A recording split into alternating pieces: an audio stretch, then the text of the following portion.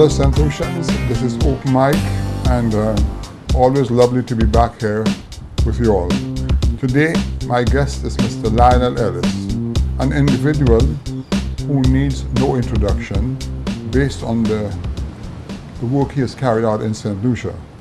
Lionel is, to the best of my knowledge, a telecommunications consultant for the last several years. He has worked in Canada, and now he has been in St. Lucia for a number of years. I will allow Lionel to give you a brief description of himself, and immediately after that, we're going to get to our topic today. Lionel. Okay, thank you very much, Mr. Shastney. It's an honor for me to join you on your program.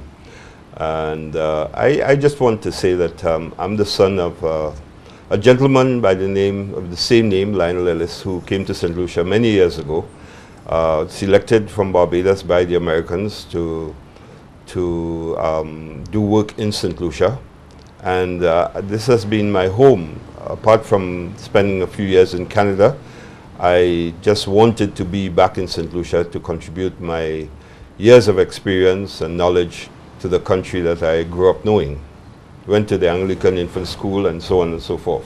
St. Mary's College, and working in St. Lucia has always been a pleasure for me. Fantastic. Lionel, in the last few months, I've noticed you on several occasions on television making what I would consider some very valuable comments. And I just want to pose a couple questions to you now. I always aligned you to the telecommunications environment and had no idea that you were politically driven and committed. And I would want to know, for my first question to you, what drove you to this commitment? What prompted your political interest, and what are your future plans? I further understand that you are involved to some extent with the United Workers' Party. I posed three questions. Time moves rather quickly, so if you can just address those so that we can move on.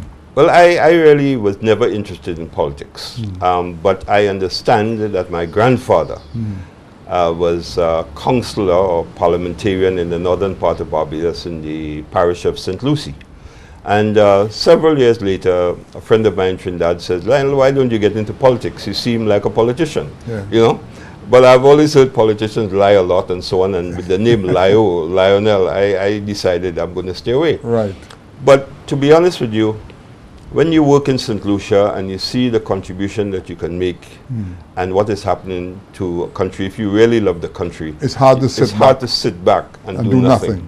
Yeah. That's the point. Yeah. And a lot of people out there who can contribute are afraid of getting into politics because they say politics is nasty, politics is dirty. And I really don't believe it is. It is. You have to make a contribution, whether long, whether short, and try your best at what you do. And I saw the United Workers' Party as the party that was the preferred party for me to join. I live in Babonneau, and I joined the committee, the executive committee. How long ago? About 4 or 5 years ago. Okay. And they asked me to become public relations officer, and I believe when you take on a duty, a role, you have to do it as well as possible, as good as you can, and I think I've been doing that.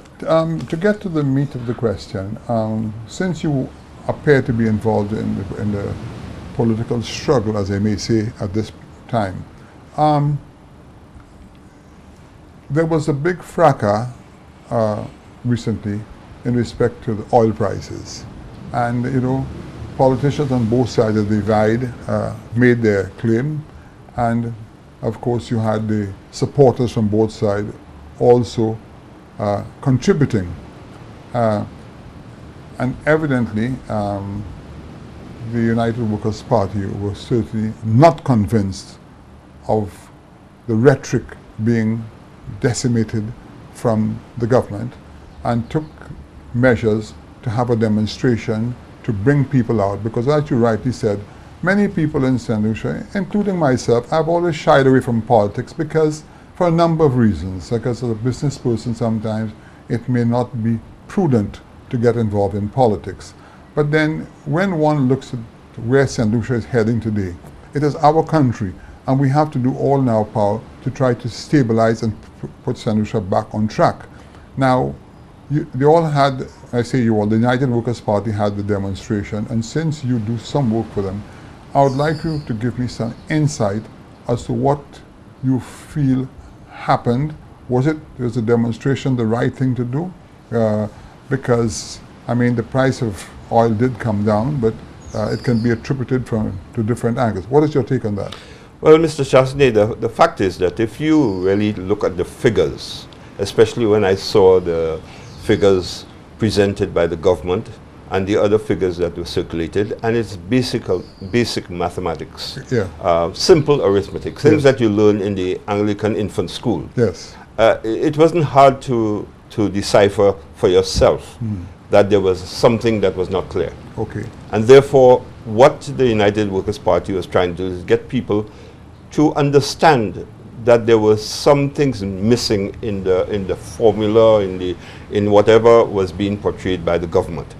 And it has been evolving slowly, but yet denied that there was some surplus amount of money that was not accounted for. Right. And it was only in recent days, since the March, that officials of the government are now talking about a surplus. I believe that there's still some answers to come as to who and where the money is going. The fact is now that the government has proven the United Workers' Party right, that they can drop the fuel down to the level that is circulated around the region, like in Grenada, in Dominica, in Antigua, St. Kitts and Nevis. So we were really appealing to the government to do the right thing and let St. Lucians feel the relief of having a reduction, a significant reduction in the price of fuel. Yeah, you know, I was talking to an economist recently, and I posed the question, with the reduction on fuel costs, not only take into consideration the last decrease of $2 and something, but what had been done before. And it boils down to some $5 a gallon in total. That's right, yeah. And you know, subject to correction, I was told that as a result of that, $50 million more will go into circulation. That's right. Because from $50 million in the hands of the public is tremendous. Yes, from $15.65 to $10.76. Yes. I mean, I went to get some gas yesterday, and when I reached $90, my vehicle was filled. So, and that was costing me $160 before. So to an ordinary man on the street, that means a lot. Yeah, now, you know, and I can imagine the poor minibus guy. I mean, I was reading, a minibus guy was saying that they have to fill their tank sometimes 3 times a day. That's right.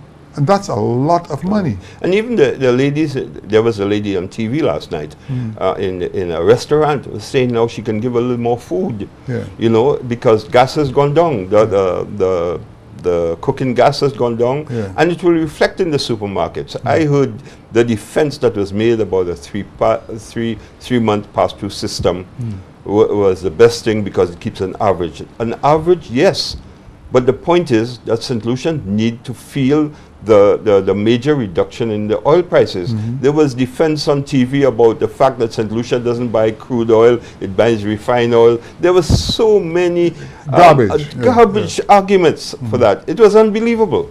And I think that the bottom line now is that everybody, wherever you go in St. Lucia, people are telling you, now the gas price is right. But you know what happened, Mr. Chasney? They do not want to give the credit to the United Workers' Party. Right. Everybody's taking the credit now. Sure, there will be piecemeal for everybody. But the point is, if we didn't march, that it wouldn't happen, get or at least that quickly, or indicate that we are going to march. Now, that is one situation that is, I wouldn't say totally behind us, because I know the United Workers' Party are hell-bent on finding who has that money that was saved. That's right. But it will come out. It will come out. Yeah. Now, we have another situation which has cropped up, the alignment of our boundaries. Yes. Yeah. You know, again, all of us in St. Lucia understand the state of the economy. The Prime Minister has complained from day one that there are insufficient funds. He wanted the people to take a 5% pay cut. You know, all that is going on. And I have run a business for almost 60 years. And I'm yet to find out another way of doing business when you want to run a good business. There are two ways, Lionel. Either you increase your revenue or you decrease your expenditure. We as country is continuing to borrow money at a phenomenal rate and paying interest rates, and our revenue is not going up. Our revenue is actually contracting. I don't know when politicians will understand that it is the business sector to drive the economy. You know, we talk, for instance, recently I watched Mr. Jeff Stewart on the hot button issue. A gentleman who actually had a tremendous amount of respect for the present government. Tell them in no uncertain terms that the VAT has destroyed our country. I have been saying so, Lionel, from day one. I have met with the Prime Minister. I told him so. You know, and people talk and talk about where did they get the money from. Where did we get the money from in the first instance? Jeff Stewart explained to them that when he was with Sir John Compton, what happened? When Sir John wanted to increase taxes, they warned him about it.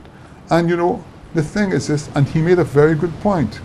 When the time comes for somebody to pay taxes, you know, if the taxes are reasonable, they will pay it. But if it's unreasonable, they will do nonsense.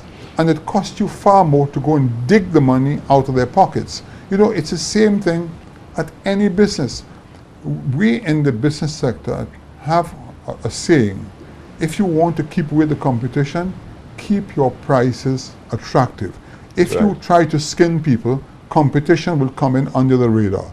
Now, I know I deviated a little bit, but my question to you now is in respect to the boundaries. Okay. What is your take on that? Mr. Shastri, you're the man that should be, the government should be listened to. You're one of the key people the government should listen to. But from a humble position that I stand, this government is a stubborn government. Okay. No doubt about it. And I'm not accusing you of being stubborn without giving you some examples. Right. I understand that the recommendation to the Prime Minister was to go with China. Okay. And he went with Taiwan. Yeah. It appears to me over the years that the Prime Minister doesn't want anybody's advice. Yeah. He will tell you to do one thing. Can I ask, you said he was advised to go with China? China. Mainland China. And not with the when he got Republic. in this time? When he got in.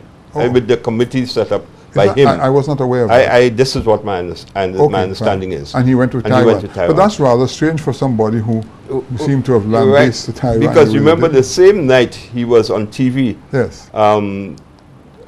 indicating that he was going to China, he had a contingent headed by the deputy, one of his deputy members of his party going to mainland China. Okay. But the point is that he doesn't want to listen to anybody. Got you. Okay. Right?